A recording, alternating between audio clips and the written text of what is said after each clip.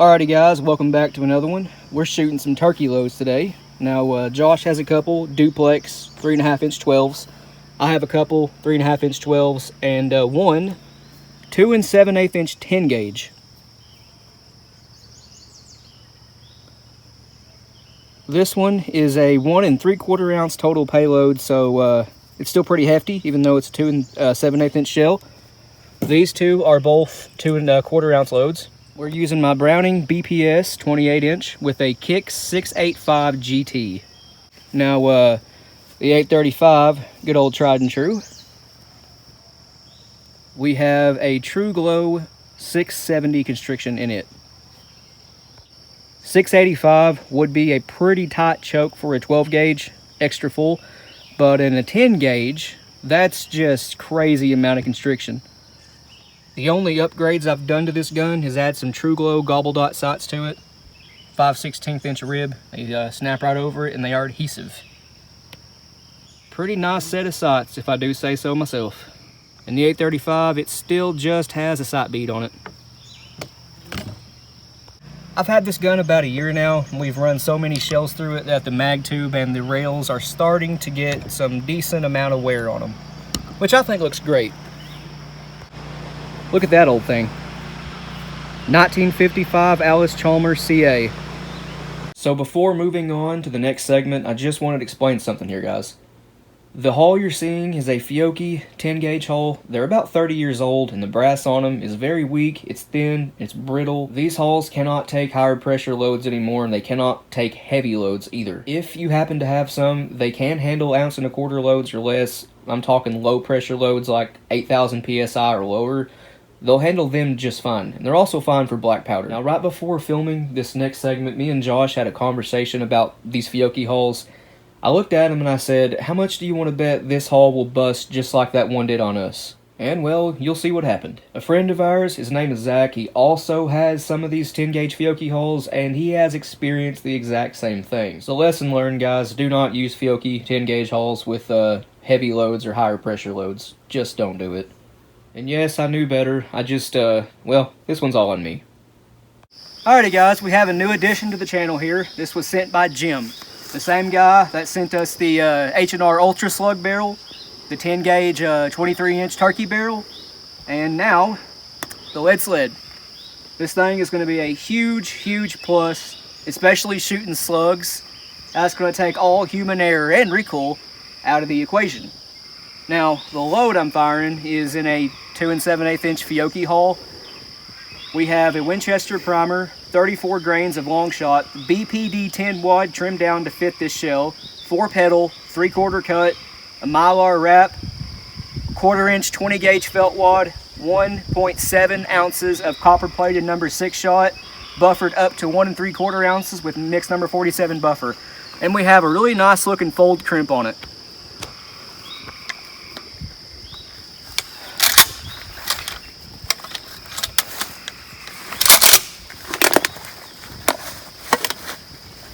Safety off. The hull busted like I thought it would. Did it kill the gun? No, just the hull. Burnt your finger too. Hull is stuck in the gun. Well, there's a piece of it. Yep, so guys, we knew better. Well, I should say I knew better than to use these Fiocchis with heavy loads like that. They're like 30 years old and they're really, really weak. I thought it could take a 1 3/4 ounce load, but no. If you haven't seen it, we have had this happen before with these hulls. I thought we quit using them. Yeah, I've been using them just for like ounce 1 1/4 loads, but I don't know why I decided to put a 1 3/4 ounce load in that one. You guys seen what happened. It's a no-no. Hulls are too old and too brittle. I got it. Making lemonade out of lemons. The rim come off the case. The plastic come out, but the brass didn't. Well, guess what? Now it's a 12 gauge. Let's put it back together and run it. What do you think? Sure. Alrighty, guys. I found his hull. That come out of the chamber. The wad and the rest of the hull I found about, I don't know, 30 yards down range. And honestly, for the spectacular fail, that is not a bad pattern. It's not a great pattern, but it was running 1738, I can tell you that. We'll have to do it again using a hull that's actually safe to shoot. The gun's fine. Didn't hurt the gun at all. The shell just failed. Alrighty guys, this is another one of them duplex loads. Just come up floating out of my brain. It's once again 38 grains of IMR Blue X12X 1/2 inch fiber cushion wad, number 4 shot with a, looks like about an 1/8 inch of fiber cushion. And this is where it gets a little different. Around the 7.5s on the top, I've put 2 wraps of thin Mylar. Just around the 7.5s though, not around the 4s. A little later on, I'm gonna try to wrap the 4s with Mylar and leave the 7.5s unwrapped, and just to see what it changes. Who knows, it's how you learn. It's science. But y'all learning with me, let's see what happens. We're at 42 yards, got the chronograph on. And thanks to Jim for this lead sled. There should be no excuse for me. Alrighty guys, let's see how she does.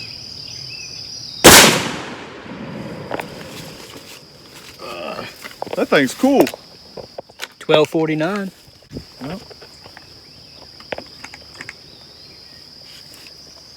that's the second time firing on that hull. But primer's still around. There's not even the Mossberg marks on it. Beautiful. I guess maybe just a tiny one, but other than that, it looks good. Yep, no pressure signs at all. Let's go see how it patterned. Fingers crossed. It patterned below, and for a conventionally loaded round other than the top layer having Mylar, I feel like it done pretty well. Yeah, the 4s are in a good concentration. 7.5 is kind of spread out, but it's kind of to be expected, I guess. Actually, no, had Mylar wrap around it. Yeah. That's interesting. That is. I've got another one that I've never loaded before, and it's a 2-ounce duplex like I loaded the first one, only instead of 38 of IMR Blue, it is 35 of long shot. We'll try it next. Maybe Alrighty. let Tyler try it. All right, guys, this is Josh's second load. We're firing it at 25 yards. This is a, I don't know how many time fired Shadot hull. Shadot primer, 35 grains of long shot, X12X gas seal, a full 1/2 inch of fiber cushion wad, and then it was 7.5 shot, right? 4s. 4s on the bottom, and then it's got fiber cushion wad separating them, about 1/8 inch right, of it. wasn't it? And then an ounce of 7.5 shot on top of that, and a 12 gauge nitro card on top. Now I know how he feels trying to read off my loads.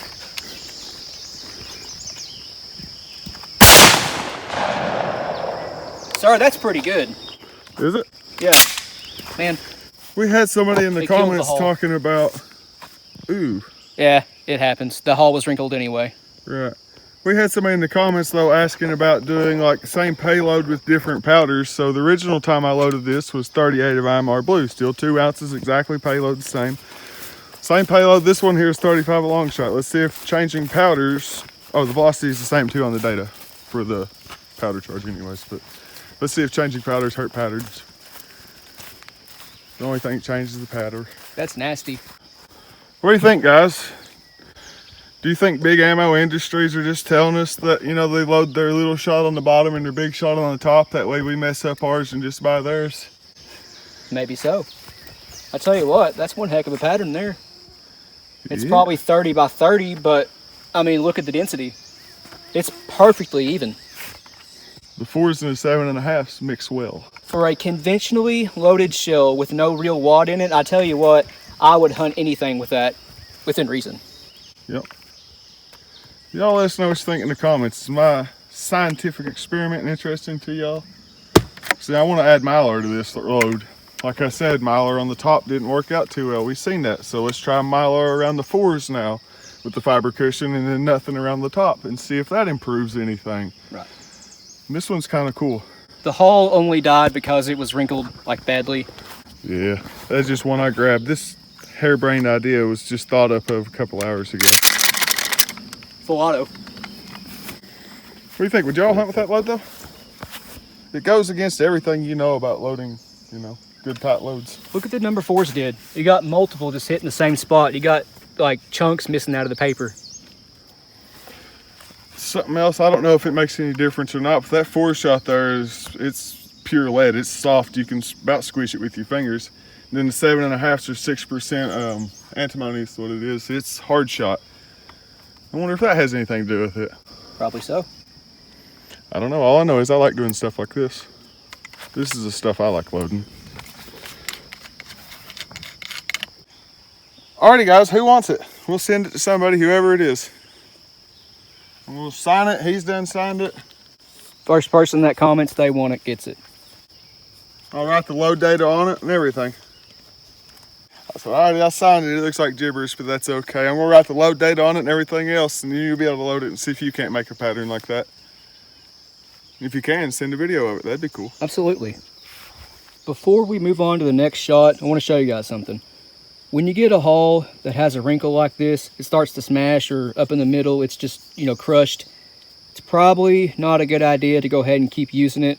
As you guys just seen, we had another hull fail on us, but that was because it was wrinkled real bad right here.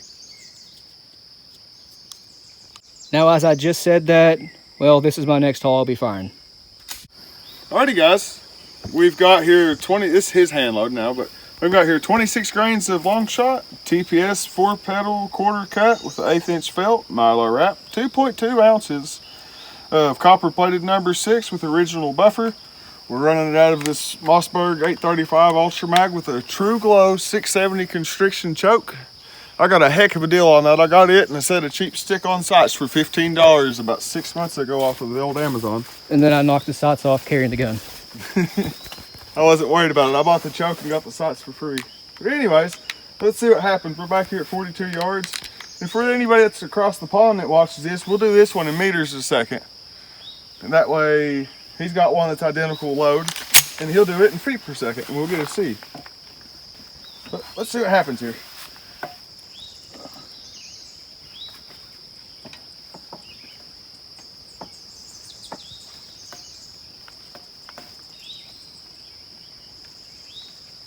Safety. Let me get this thing centered back up on. There we go.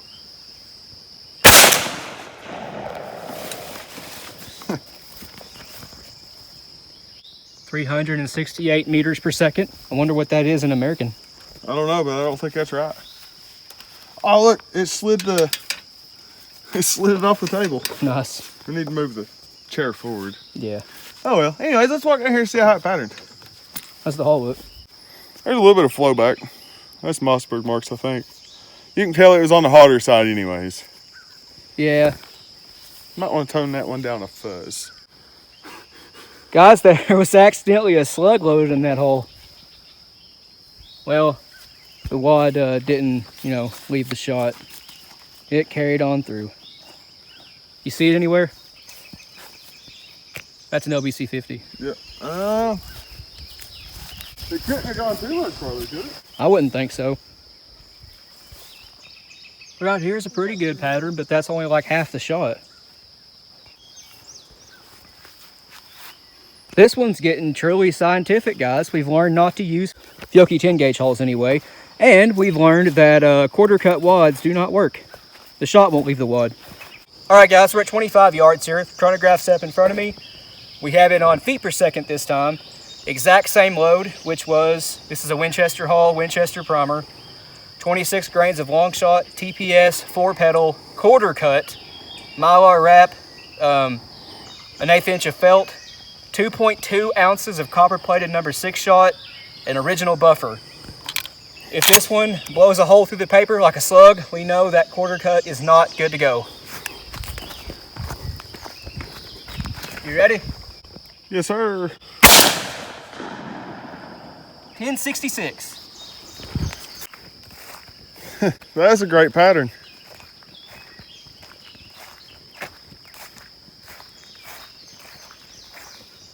Holy cow, was that a great pattern. I think that last one was a fluke, my friend. That smokes my duplex. So, well, this isn't a full-length wad, but guys, if you're gonna do this, I'd suggest going with a 3/8 cut, if not even a half, because the quarter cut, well, you see that happen to us with the first load. But this hull looks absolutely fine. Brass is fine. The primer flow back is because the Mossberg 835 has a large firing pin hole. That is a known issue. That is not pressure signs. That center was not touched by the last shell. It was that outside ring up there. Again, that's at 25 yards. That's wicked. Yep. The Shaddad hulls have weaker brass on them. It's really just brass plated steel. but the Winchester is a little bit sturdier than the Shaddats. Alrighty guys, I think this has been a really successful day. What do you think, my friend? I do too. Tough paper. Videos don't always go as planned, but didn't turn out too bad. We did learn a few things. A quarter slit on a wad doesn't always work, but sometimes it does. We already knew this, but do not use Fiocchi 10 gauge hulls because they're old with heavy loads. They will work with light loads like ounce, ounce and a quarter. Those are fine, nice low pressure loads, but anything above, I think, 10,000 PSI, and those old hulls just can't handle it. The brass is way too thin and too brittle. One more thing, long shot is not an ideal powder for 2 1/4 ounce loads and 12 gauge, but it will work just fine for 10. If you want to shoot anything heavier than 2 ounces in a 12 gauge, 3.5 inch, you might want to go with IMR Blue or Blue Dot, Little Gun, or Alliance Steel, slower burning powders. Long shot is a slow burning powder, but it's not nearly as slow as the other powders I mentioned. But it will work if you want it to, just don't expect high speed or nothing. Pattern's good though. I reckon everybody already knows this, but again, if you got a hull that looks kind of iffy to shoot, it's probably best not to shoot it. Of course, we did anyway. Sometimes you'll get hull failures, sometimes they'll work out just fine, but yeah, I don't recommend shooting hulls that are squished, wrinkly. Yeah. Shaddat does make a really good hull, but they are thinner, not quite as strong as your Winchesters or Remingtons or Federals. They last 4, maybe 5 reloads with high pressure loads like 3.5 inch 12 gauge. Anything beyond that, and we have noticed that they do kind of start to fail a time or two on us. They have failed a time or two on us, I should say. It would seem that the brass on the Shaddats, and the Fiocchi is the same way, and a few other brands, but you fire it and resize the hull and do that over and over and over again. It starts to fatigue the brass on them, and eventually you will see the brass bubble out really bad to the point where it can't be resized anymore. We have had the rim squish out on us before in multiple gauges due to repeated firings, again, metal fatigue. So once you start seeing stuff like that going on with your hulls, just ditch them and get a new one. That's my advice to you. If you guys are regular watchers of our channel, you'll see us mention that this hull is 4 times fired or this one's 5 times fired. We keep track of that stuff. I believe that hull that split on us, that when Josh loaded the olive one, I believe that was its 6th loading. I'm not sure if he showed that one on camera or not, but that crimp wasn't really holding anymore. It was kind of mushroomed out on top. How many times was that olive 3.5 hull loaded? If I had to guess, that's probably its 6th or 7th firing. 6th or 7th. Freedom! 1776. Nice. Well guys, we hope you enjoyed the video, even if it didn't go quite as planned. Still fun to make as always. Let us know what you guys want to see. We are all ears. Please like and subscribe. We always appreciate that. If you got any questions or comments, leave in the comment section down below and we will get back to you. A link to our Patreon, Instagram, and Rumble accounts are all in the description below. Patreon's as low as $1 a month. And like we always say, every penny goes right back into the channel. But until next time, you guys take it easy. We will see you in the next one.